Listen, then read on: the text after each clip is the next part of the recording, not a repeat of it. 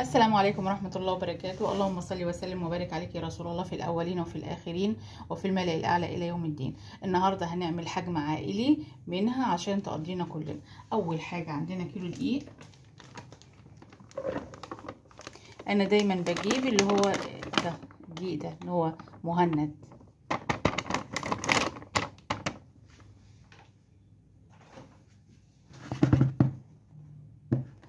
عندي بقى هنا معلقة ملح، هقلب كده.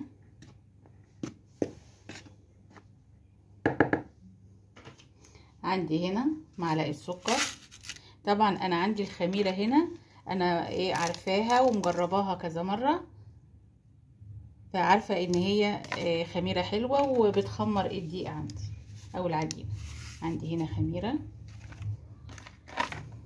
عندي هنا كوباية الا ربع زيت،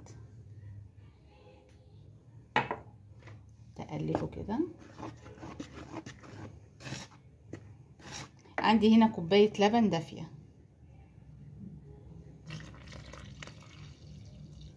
او مية دافية، يعني لبن دافي او مية دافية، يعني الاتنين بيمشوا. هعجنها بقى وارجع لكم. العجينة بتاعتي بقى انا لميتها، بعجنها بقى كده 10 دقايق. اتنيني اعجن فيها كده 10 دقايق عشان تديني نتيجة كويسة في الحاجة اللي انا بعملها. اهي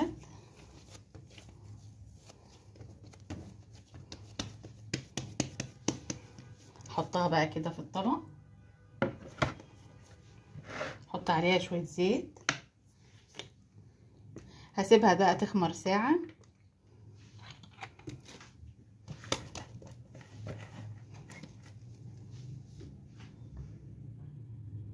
هنا الخضار عندي طماطم متقطعه واخده منها اللحمه، عندي فلفل اخضر وعندي فلفل احمر.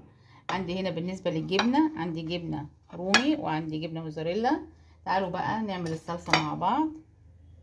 هنا عندي صلصه، عندي هنا زعتر، ده اقلبه.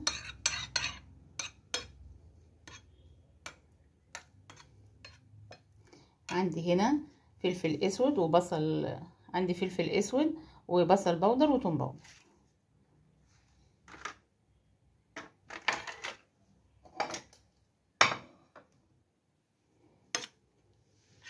اقلب كده كله بقى مع بعضه.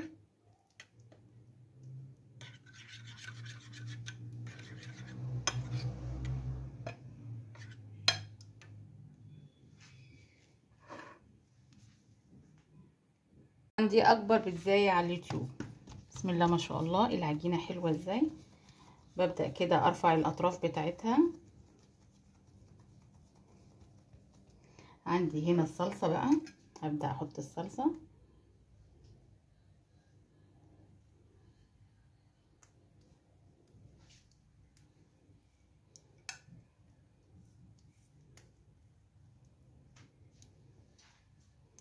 طبعا ارخص بكتير من بره، قولي لولادك بقى وهما في المدارس كده.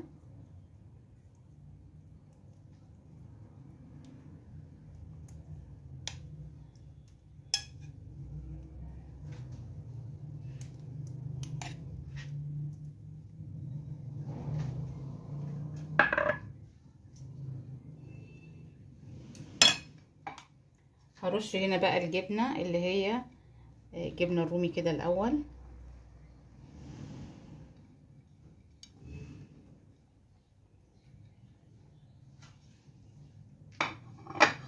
وبعدين هقلب الخضار كده على بعضه وابدأ احط.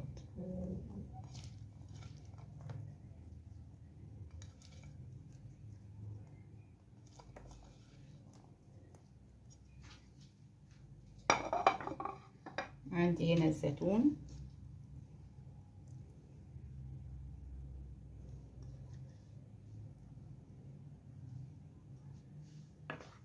وبعدين ارجع بقى احط الجبنة بتاعتي. بسم الله الرحمن الرحيم كده.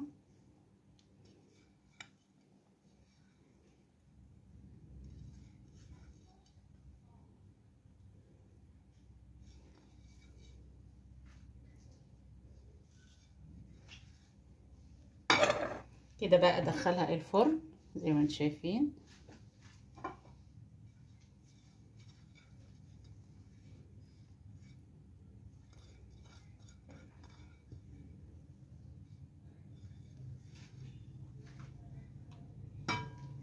وريها لكم بقى لما اطلعها من الفرن.